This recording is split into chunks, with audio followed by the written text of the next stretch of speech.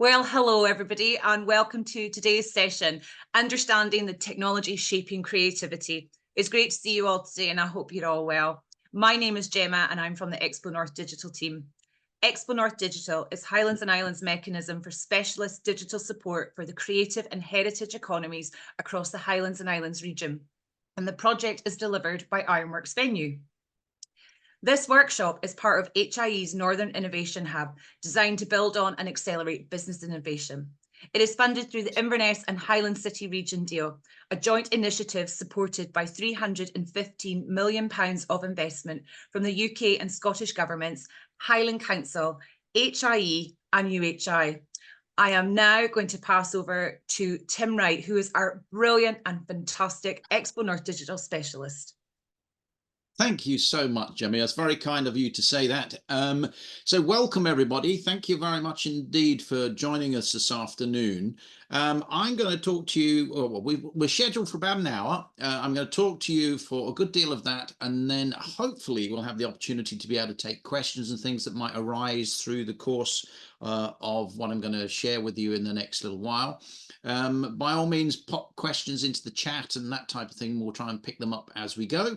And if not, we'll try and pull them all together at the end. Now, I am going to share my screen with you, so I'm going to see if this works. So stick with me and see if that works. Now, can everybody see that opening slide? Can I get Yes, we can see that. We can see it. That's fantastic. So my apologies for using slides. I am a recovering management consultant and I still need to use slides. It is my safety net, but it also helps bring a little bit of structure to things, hopefully.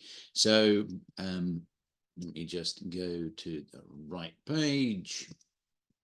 There we go. So the agenda today, if you watch the little introduction I recorded a few weeks back, is that we're going to talk about some of the technologies that are disrupting the creative sector. And there's a lot of discussion around these things, these emerging technologies, about how they present threats to the sectors, how a lot of people feel that these things are a danger to what they do. I'm going to take a slightly more glass half full approach to this. I think there are all sorts of opportunities about that. And I think that what we want to do is try and set this disruption as we're experiencing it today in some sort of historical context. Talk about specifically some of the key technologies that are really beginning to become significant in the creative sector and are likely to be so in the medium term. And then talk about things that you can do to help reduce some of the complexity, some of the uncertainty, and plan for that future in a way that ensures that you're still able to participate effectively within the sector and hopefully allay some of those fears. Because as I say, there's a good deal of alarmism about some of the technologies like AI and that type of thing that are emerging at the moment. So to do that, I want to try and put this in a bit of context, and I'm going to do some real historical context here and suggest to you that the experience of technological disruption in the creative sector is not a new one. It's been going back a long, long way, and there are characteristics associated with it. Things don't necessarily repeat themselves directly, but there are characteristics that we can identify and we can learn from those things and apply them in our planning for the future. So let's take a little bit of a journey back for a long, long way, all the way back to 1450. Even I can't remember that far back personally, but I know about it. And this chap here, if anybody can identify him, that is none other than Johannes Gutenberg. And so I'm talking about the origins of printing. And one of the things that I really want to impress upon you is that many of the discussions that we're having today were happening then. And there are a number of characteristics that we can consistently identify associated with the emergence of printing that are similar to emergence of other technological disruptors in the creative sector since then. So just to point a few of these things out, Gutenberg obviously is renowned for the development of moving type, but one of the things that is often forgotten about that is there are a number of technological developments happening at the same time, and it was the sum of these things that caused the major disruption. And Gutenberg, his father worked in a mint, and so he was very familiar with the idea of casting soft metals. And it was really his ability to cast individual type pieces that is one of the prime movers in making the disruption, because you could then assemble those into these movable type features. You also had the advantage that whilst many people recognized that movable type was really invented in China, one of the advantages that Gutenberg had was that he had a smaller alphabet to deal with. But by developing these casting techniques to produce the individual pieces and putting them together into the movable type, he was also able to work with another technological development that was happening at the time, which was developments in paper making. So paper making had become much more mechanized. It had been emerged as well with the increased use of linen at the time. It meant that volumes were able to be produced in a way that they couldn't have been before. And so prices came down, demand went up because of more and more use of paper within the mercantile circumstance. And it was this collection of things that fundamentally gave us Caxton in this country, who, of course, again, disrupted things by starting to print in English rather than Latin, and led to the printing press. So there are a number of things to note from this that we can carry through into other disruptions. There are a number of things at play. It's not just the printing press.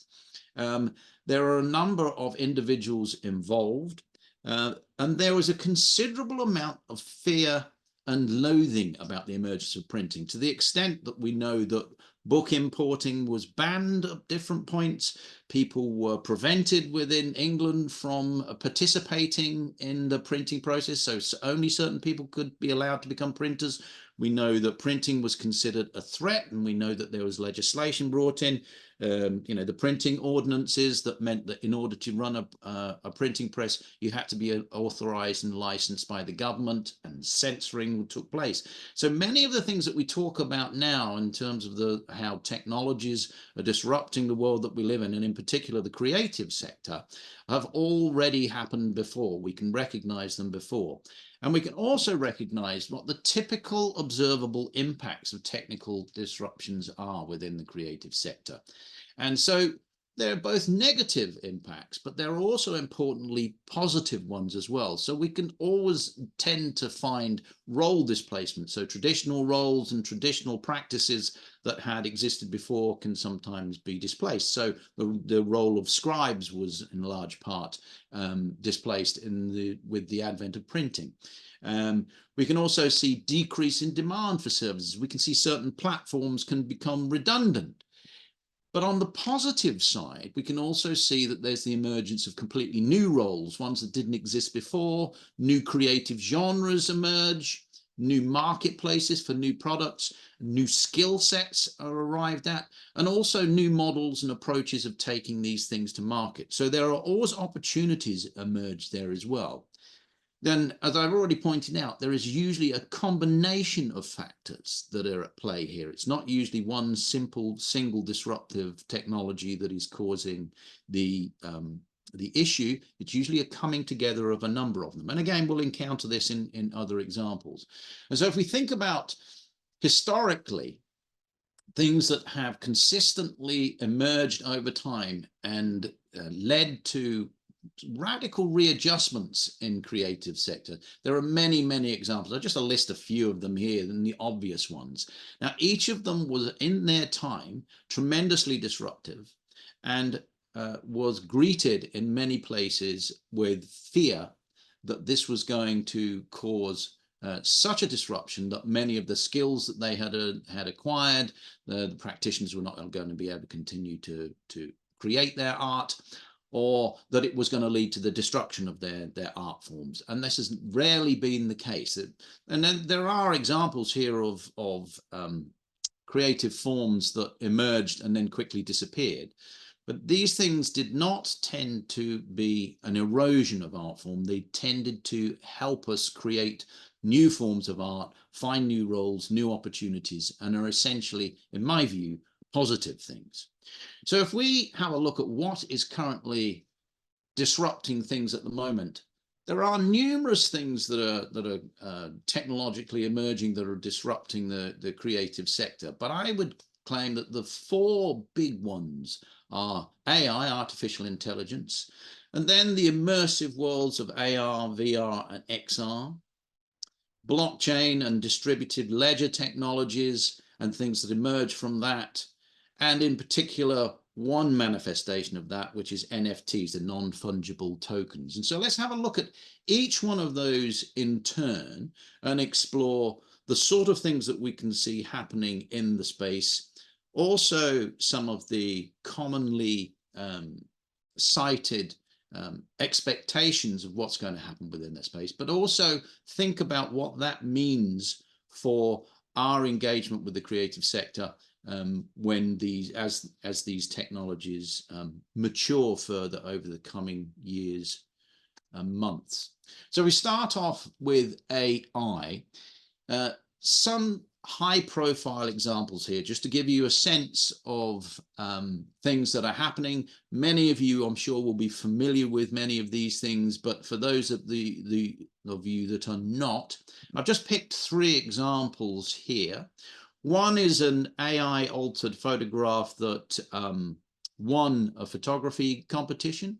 One is a piece of art that won an art competition using AI, and in both cases the creators ultimately made known that these things were produced using AI after winning their awards. I don't know if anybody is familiar with these, but on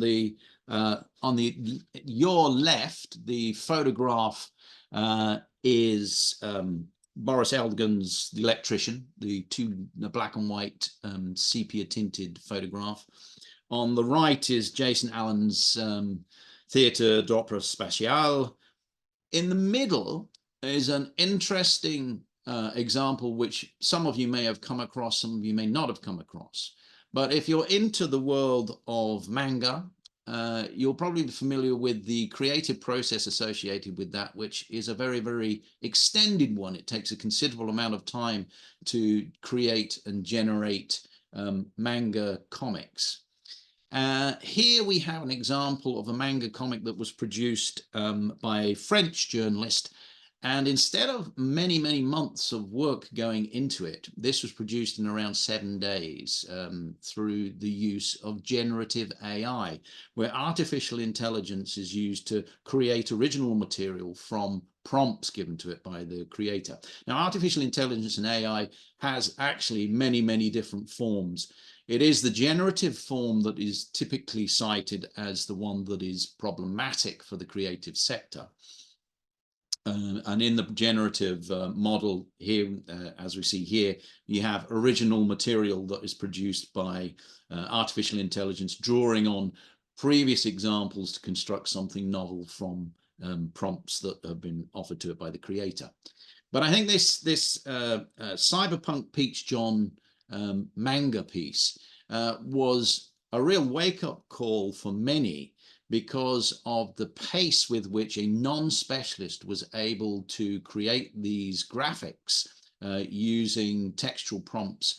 And it actually, I am not a manga aficionado, some of you may be, but to my eye, it was quite a compelling and interesting and engaging piece of work, and garnered a good deal of publicity and attention when it came to the marketplace. And as you can imagine, many people who are engaged in that creative process in the traditional sense were quite alarmed by the impact that this type of technology might have upon their creative processes and their ability to actually maintain themselves as artists and authors within that space.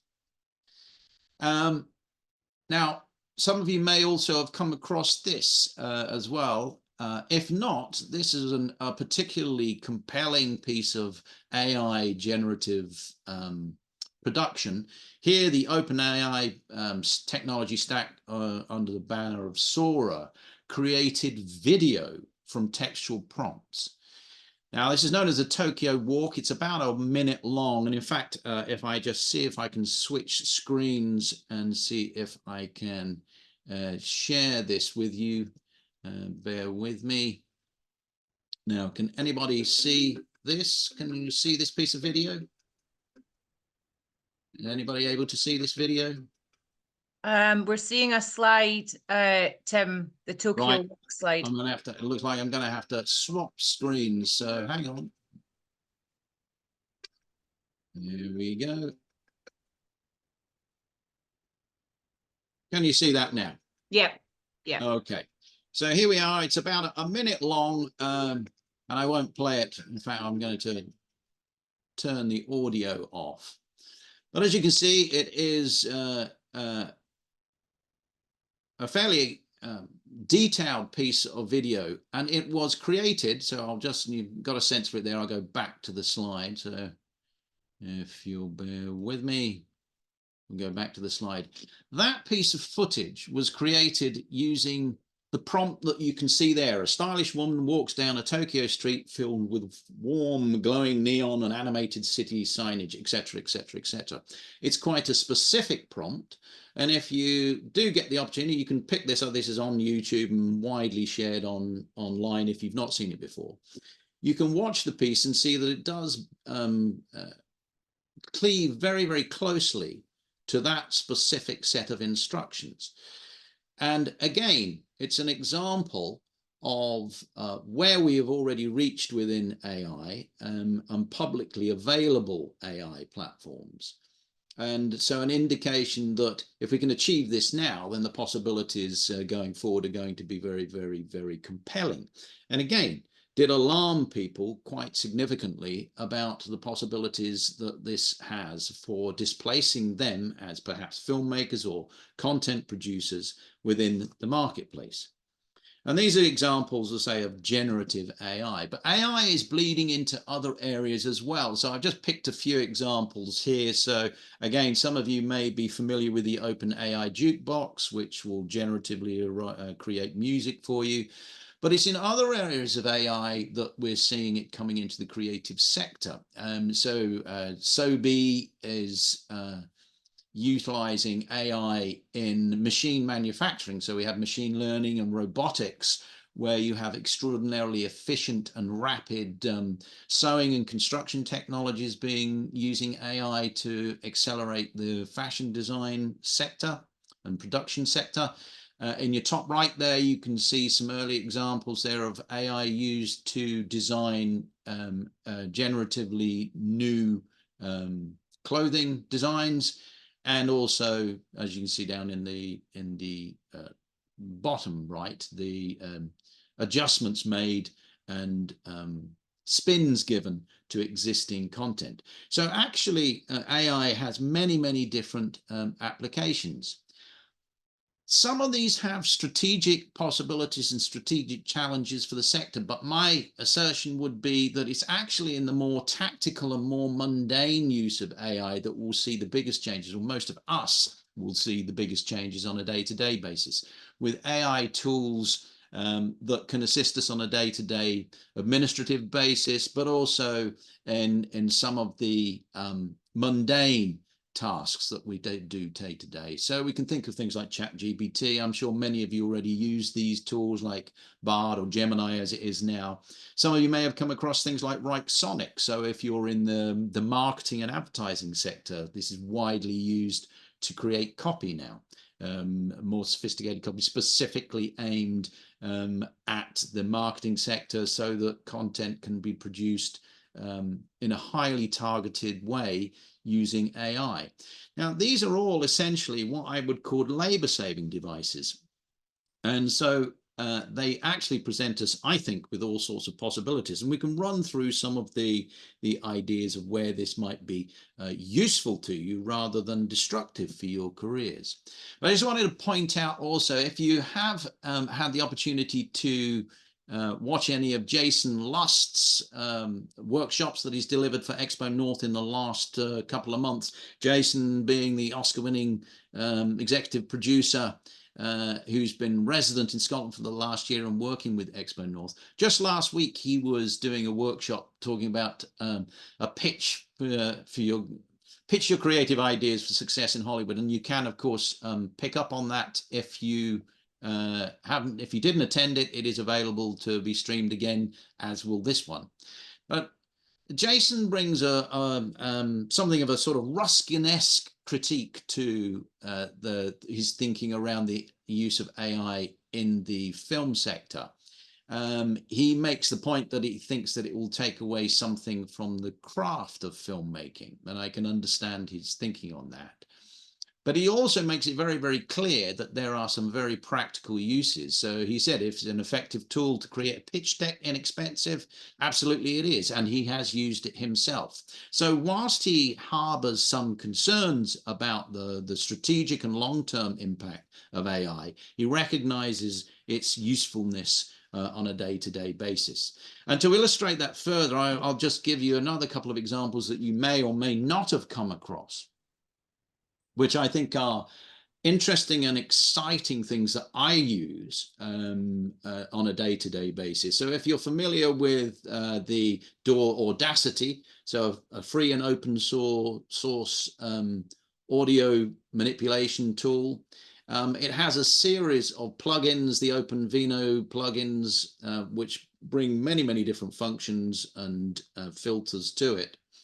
But it has recently introduced a series of AI-powered filters. So there's the Whisper transcription filter, Refusion, which is a remixing and music generation tool, and also a noise suppression tool. Now, these are completely free, as is Audacity, but they explicitly use AI to provide all sorts of interesting possibility. The noise suppression tool is particularly good. I think the Whisper transcription is sensational. So if you're a podcaster using Audacity, if you've ever had to spend time in transcribing a podcast, or even translating a podcast from transcription, these things are enormously time consuming, but they can be fantastically useful in building engagement with your podcast, building its reach, increasing its discoverability. And with things like Whisper transcription, you can now transcribe a podcast in minutes, which would otherwise have taken hours. So there are actually real possibilities and advantages to using these things. And as I say, these are entirely free. They come at no cost. So there's all sorts of positives, in my view, that will come out of the use of AI. So the typical impacts that we can expect from AI, there will certainly be job displacement. We've recognized this as a typical outcome historically with technological disruption. There are issues around authenticity, but we'll be talking about blockchain and some of the opportunities that are presented there. There will be competition for attention because clearly there will be an increased amount of material made available. But I do believe that it will generate new forms of creativity. It could increase accessibility, but in many, many ways makes us more efficient. And there's also tremendous possibilities around hyper-personalization based on AI. And we'll touch on that again when we look a little bit at virtual reality and immersive worlds and the ability to create hyper-personalized immersive worlds in real time by the combination of AI and virtual realities. So moving on from AI to talk a little bit about the second of the four major disruptors that I think are active at the moment. These are the immersive technologies of AR, VR, and XR in their many forms, and they're not.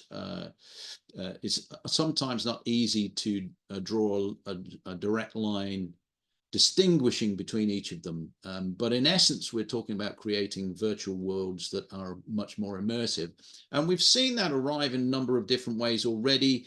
We used to, with Vader Immortal, an example of an immersive gamification that was used based on extending the Star Wars franchise. If you're a gamer, you may have encountered that. I'm not a gamer, but I'm aware of its existence and its popularity.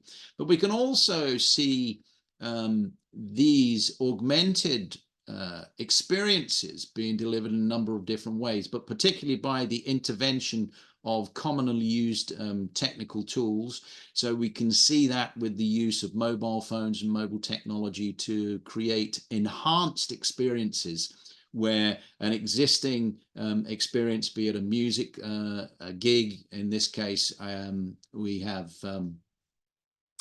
Coldplay were extending the experience at a number of their gigs through the use of augmented reality, and obviously Pokemon Go, very, very widely used now to enhance a particular experience of a location through the use of mobile technology. But we can also see examples of where we're creating ambience and enhanced experience without the intervention of additional tools and technology in the hands of the consumers experiencing it. So if you have been to the ABBA Voyage, or indeed in the top right there, the Sphere in Las Vegas, this I think is a shot from U2's concert at the Sphere in Vegas.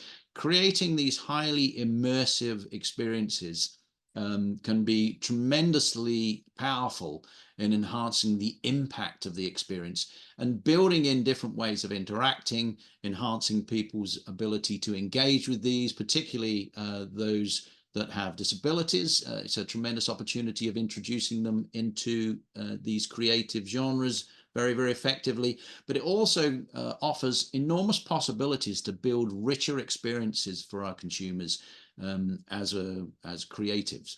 And I think, again, as I mentioned earlier on, the possibilities of these technologies bleeding into one another or used together in combination is where I think we will see the biggest changes in the years to come. In exactly the same way that there is a multiplicity of factors that enhance the use of MP3s, the emergence of the internet and these other tools that meant that this single technology could be enhanced significantly. I think this will be the case with the four technologies that we're looking at today. And I mentioned already the idea of highly personalized immersive experiences using VR, AR, and XR in combination with tools like AI to target things very effectively.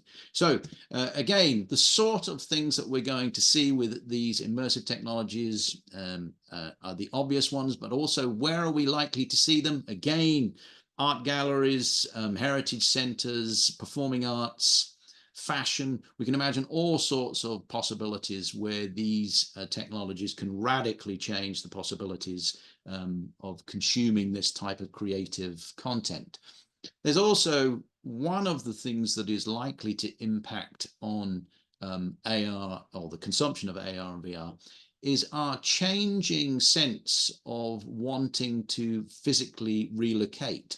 So you can imagine in the tourist and visitor sectors, this ability to experience locations remotely is likely to grow as people become concerned about carbon footprints and these types of considerations. So it presents possibilities, and we can point to examples already of that being used effectively to engage with consumers of an experience who would otherwise never actually go to these locations. So it has a possibility of significantly enhancing your reach.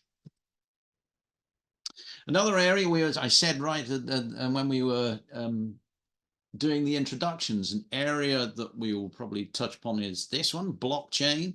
So if you're not familiar with the idea of distributed ledger and blockchain technologies, I'll introduce it on the basis of saying that what it presents us with is the possibility of creating non-corruptible records of transactions and which require no third party to actually put them in place, which is an extraordinarily exciting extension of what digital technologies have offered to us for the past 30 years, which is that we can remove gatekeepers and remove third-party intermediaries between us and our consumers and our clients and customers.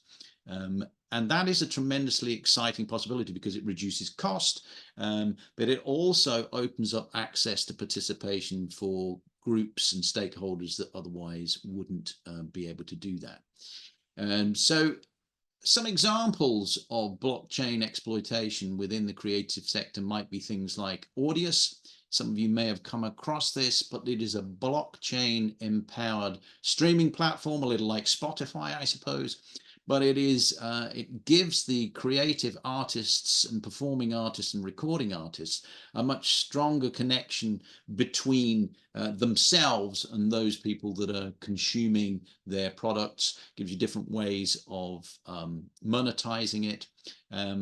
And I think it is an example of the type of platform that we will see emerging more and more, despite the fact that there are a number of incumbent organizations within this sector that exert considerable power. I think some of the functional possibilities and performance possibilities that go with some of these competing technologies will progressively mean that they'll make a much, much stronger market impact over time.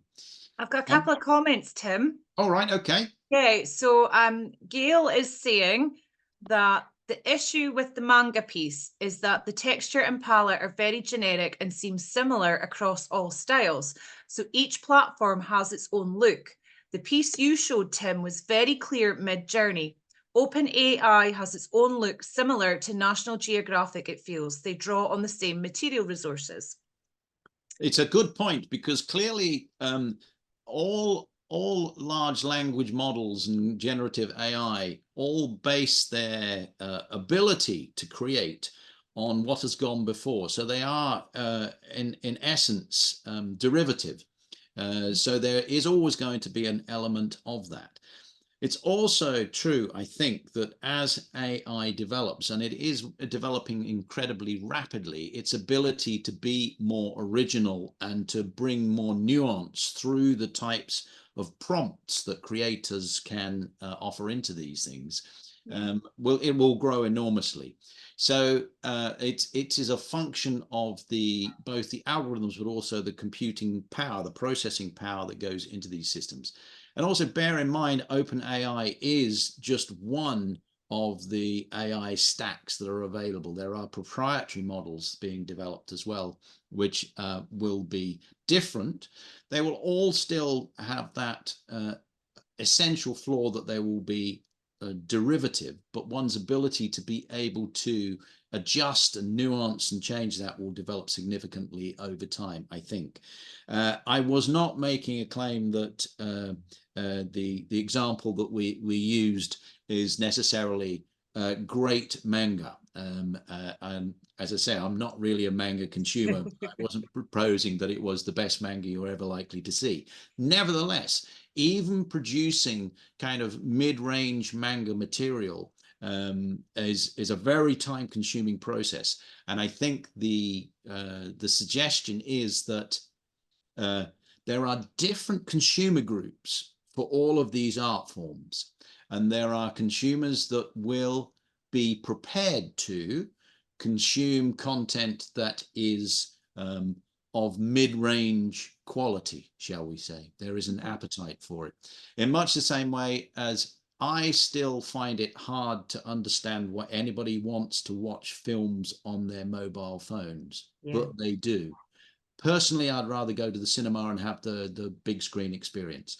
But there are different consumers that will entertain the use of it. And I think the fear is amongst some creatives is that there will be a welter of thoroughly mediocre material that will displace people, the many creatives from the marketplace.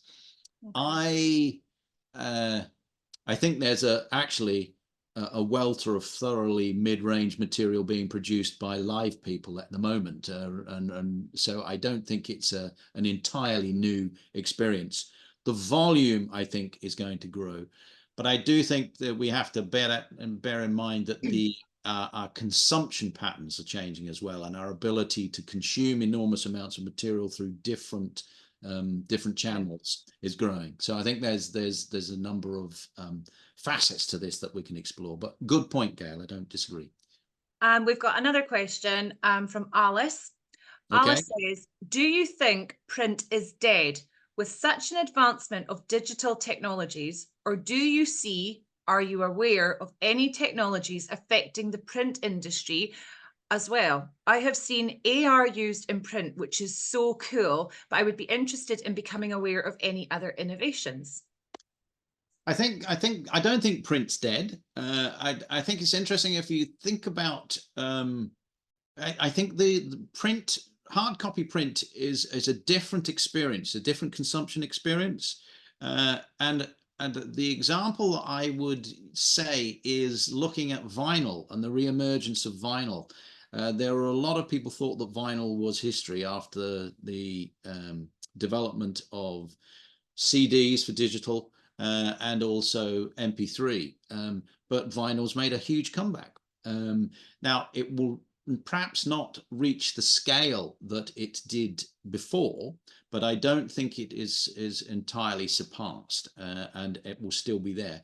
Other things as well to bear in mind is that publishing is changing in terms of its path to market. So there are technologies that are allowing things like print on demand and these types of production methods, which change the pricing model and cost structures significantly, making it a viable approach, whereas it wouldn't have been in the past. So again, I think there's a combination of technologies that will be in play here that will both bolster the retention of some of the imprint because people will still want that particular user experience. But there are also, these new models that will give us the opportunity to explore things in different ways. So I still, whilst I've got e-readers and things, I still love having a printed book. And that may make me old-fashioned, but actually the publishing industry is still doing pretty good. But the structure of the marketplace has changed. The role of publishers has been changed.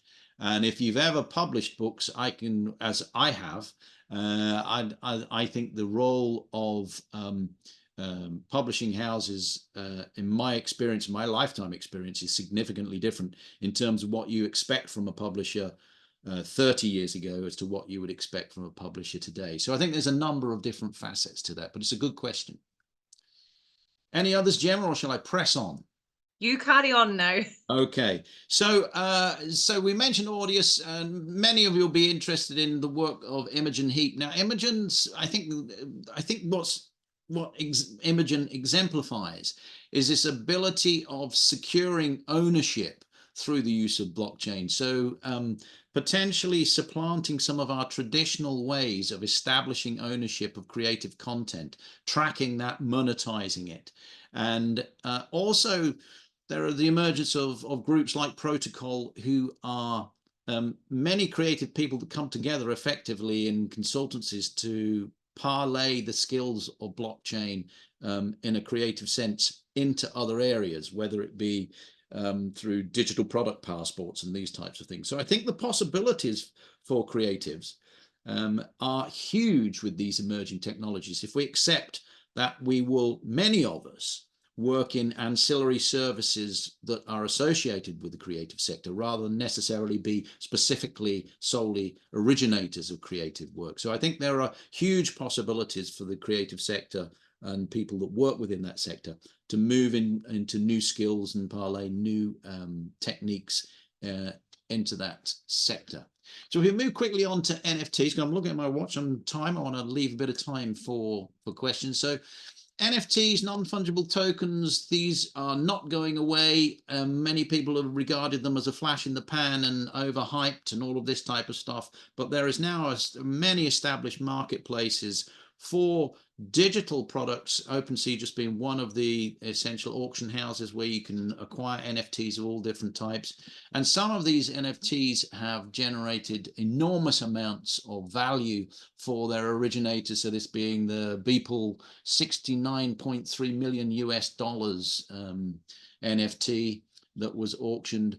So I believe NFTs are here to stay and will continue to grow progressively, but perhaps won't meet some of the hype of a few years ago, but they're not going away anywhere. And I think they're an interesting manifestation of a different type of creative genre. So I think they're here to stay. So impacts of blockchains and NFTs, and I lump them together because they are clearly connected in the technology stack that originates them.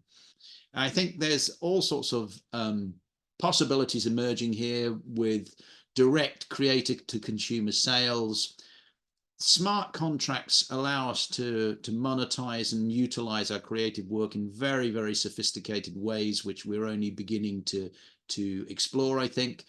The fact that these are digital products give us all sorts of deeper insights because we can track their usage very, very effectively. There are going to be collaborative ownership models here. So there's all sorts of things that emerge from these technologies, which I think are there's more positives than there are negatives here if we approach it in a particular way. So the so what of all this, what does all of this mean? Well, I think that there are all sorts of possibilities for us. And whilst I don't think I'm going to pretend that I'm going to predict the future with any absolute certainty, and I certainly am not going to claim to be able to see all the black swans coming, because by definition, black swans are things that you don't see coming.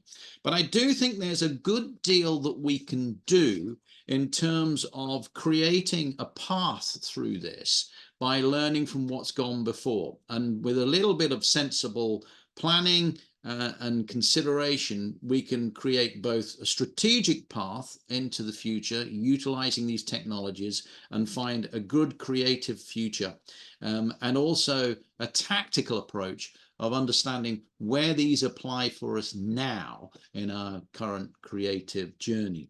So I'll just give you one more example. I alluded to it earlier on. So many of you will not recognize this. I'm old enough to recognize it. It's the first ever MP3 player that was generated, came out in 1997 when I was 30, whatever I was at the time. So long in the tooth, but a revolutionary thing that really did change a lot of things within the music industry. And as somebody that was active in the music industry at the time, I can tell you just how worried they were. And it did have some negative effects. It really did crush at the time vinyl and cassette manufacture and retail, removed a number of very well established roles in the sector, a decrease in demand of other types of music distribution, and there was redundancy of a number of platforms. But there are also lots of positives as well. And as a participant in the music sector, it was a hugely important way of being able to get your creative material in front of your audience without intermediaries. And of course, there were lots of incumbent music businesses, be it publishers, be it record companies, who had a vested interest in trying to push back against MP3 because it challenged their existing model. But if you were a musician yourself, it created huge promise for you, but it also allowed other people to create new offerings through the use of this technology, streaming platforms, distribution platforms, all sorts of possibilities. By removing those gatekeepers, it significantly reduced costs. So it allowed you to record and distribute digitally in a way that you couldn't have done previously. And when you think about, well, I certainly think about when I was wanting to be signed, part of the reason for being signed was the investment that you got from your record company that allowed you to go into very expensive recording spaces and go through the production process.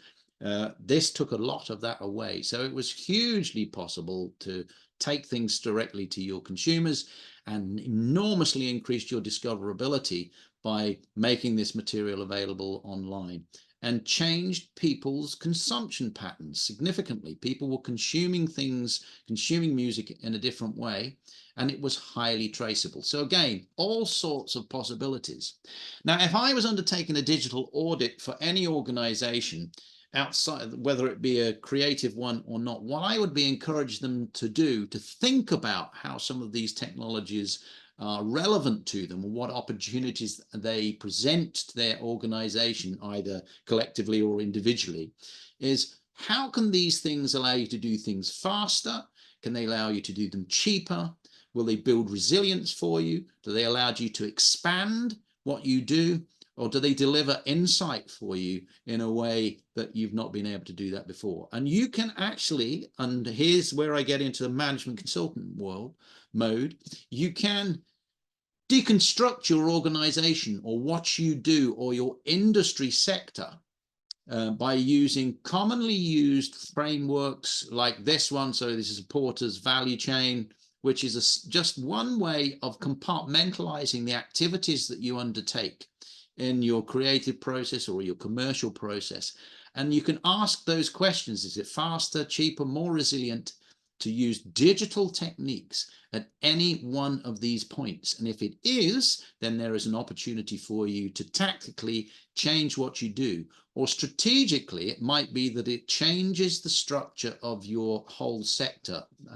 So if you think about the example that I just gave you of MP3s, that radically changed the possibilities of how you undertook some of the stages in the value chain, from the creative process to taking it to market to your consumers. And identifying where those disruptions are going to take place with these emerging technologies is where you will find a strategic place to both position yourself and create new opportunities for your businesses as well. Now, there is uncertainty around this. So I'm drawing on, again, a well-used set of, and I'm not proposing to go through any of these frameworks in any depth. They're all widely available, and you can do additional research on these things if you want to use them.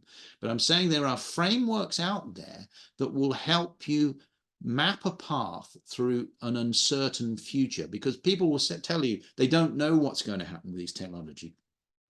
I'm saying that there are things that we can identify that have happened previously with technological disruption, and we can embrace a level of uncertainty. Now, this is a 2020 foresight framework produced by Arnold Palomay, Hugh Courtney at McKinsey's, and the areas that we're thinking about, he's saying you can categorize uncertainty.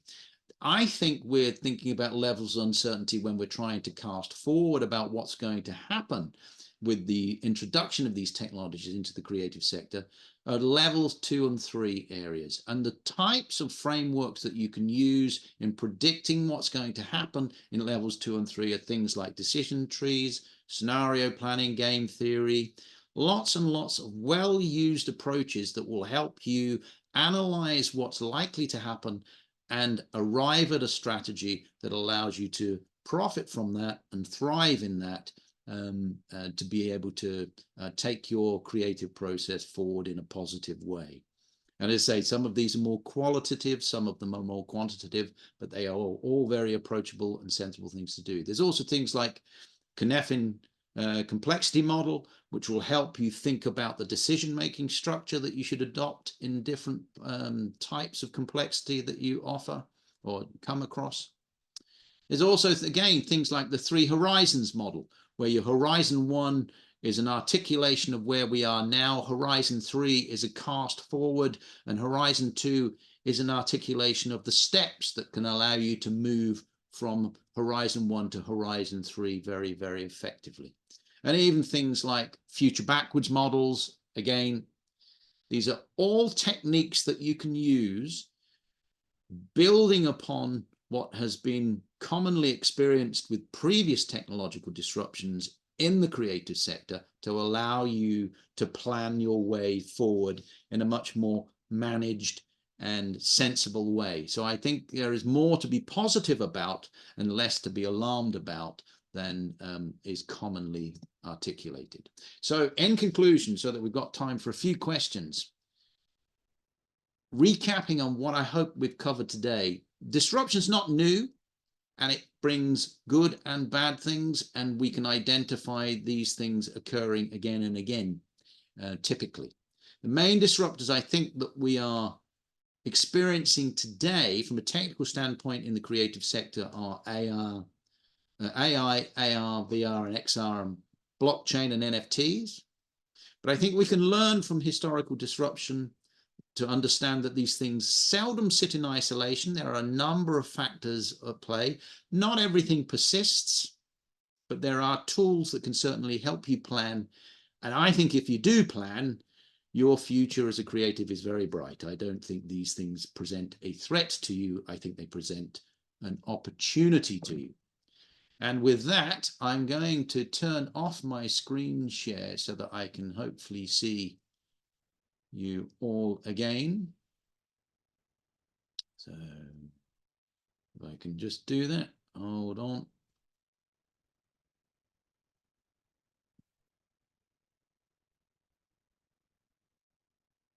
Okay. I don't think I've turned, right, turn off my screen share.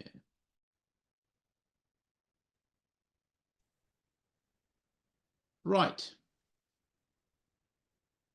So any questions coming forward after all that? Did that make sense? Did I scare you? Do you think I'm saying pie in the sky? Do you think they're the four main technologies? Any questions happily received? We've got one in the chat box here from Andrea. And it says, do you think social media will stop being effective as a business tool for communicating with customers if content can be so easily created by AI? How can we stay authentic as a business if we use AI tools for content creation? That's a great question. It's a very good question. And I think my answer to it would be that there are lots of AI tools that are already in play that are trying to make the use of social media more effective and easier to manage.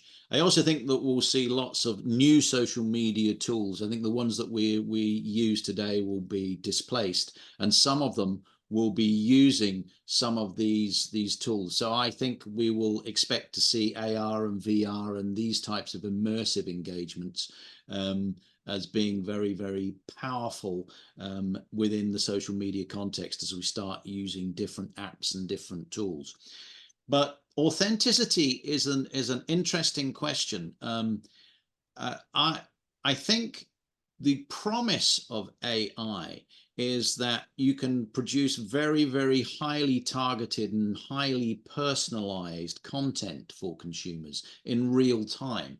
So there is an argument that says that the accuracy and appropriateness of content that is presented to you individually as a consumer could be significantly enhanced through the use of these tools through social media engagement. The other argument I would suggest is that NFTs, or not NFTs, but blockchain has a role to play in validating authenticity. So I think there is potentially going to be a coming together of these things to build authenticity of content. So there's a lot of concern around fakes and deep fakes and these types of this type of content that's being created through the use of these tools. But on the corollary of that is that these technical tools like blockchain allow us to create very, very traceable authenticity and what's the word I'm looking for provenance for creative products. But I do think that there is currently a problem with authenticity in terms of communications from corporates anyway. And I experienced that a lot in the crowdfunding space when you try to make people thinking about crowdfunding aware that it is authenticity that will cut through at the end of the day. You often find that in the many corporates that are interested in crowd engagement are not minded to embrace that in the way that they should. So they are devaluing some of the returns that they can get from that crowd engagement. I think when the understanding of good value and the great value that comes from authentic engagement becomes more understood in the corporate world, they'll perhaps roll back from this and see that there are opportunities for enhancing engagement and authenticity rather than eroding it. So that's a kind of long answer to a very good question. but I tried to explore quite a few of the nuances of it. We have got another great question here. This is from Alice. How do you think the trend of more sustainable practices, eco-friendly practices, affects the technologies that you've mentioned? Well, I think there's two very clear aspects, and one of them I spoke about in terms of the AR and VR side of things. I think this um, desire for people to be able to experience things without necessarily creating the carbon footprint that goes with that. So if you wanted to experience the Australian outback without flying all the way to Australia, there are possibilities to create that experience as these immersive worlds become more readily accessible, but also more convincing. But they also have the ability to enhance that. So I think from that point of view, there are possibilities that those people or the organizations that exploit this technology are doing it from the point of view that they are reducing the impact that they have. But there's also the other side of it is that there is a concern that the computing power that is utilized in AI has very, very poor eco credentials because it is very much demands huge amounts of power. Well, I would say in response to that, that there are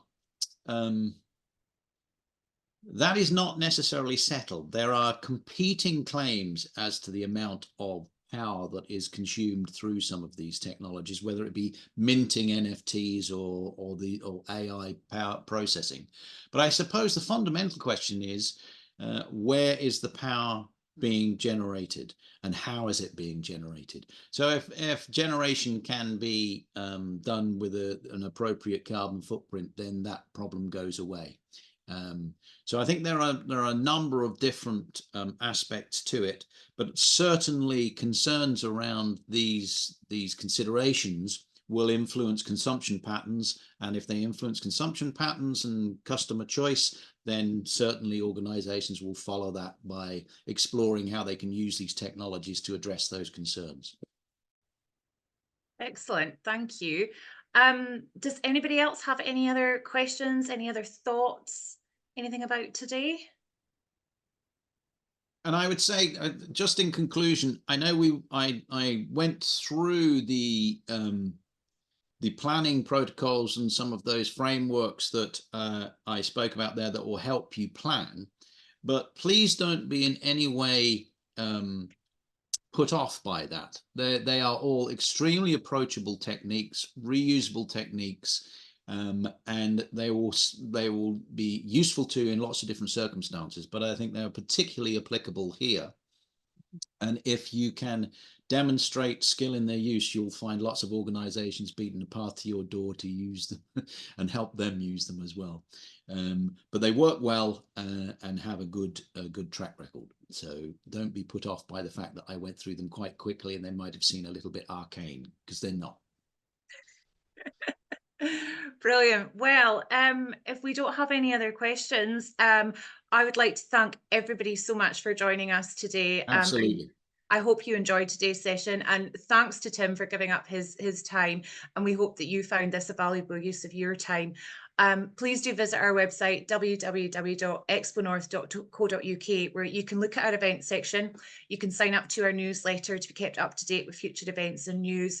Also on the website, we've got our video archive, where you'll find a lot of extremely interesting content, as well as our inquiry form. So, you know, if we can ever assist you in any way, if you'd like to have a chat with one of our sector specialists, please do fill out that form. We'd love to hear from you. And also make sure to connect with us on Facebook, X, also known as Twitter, Instagram and LinkedIn. And once again, thank you all so much for joining us today, and we hope that we'll get to see you again very soon. Take care now. Bye-bye.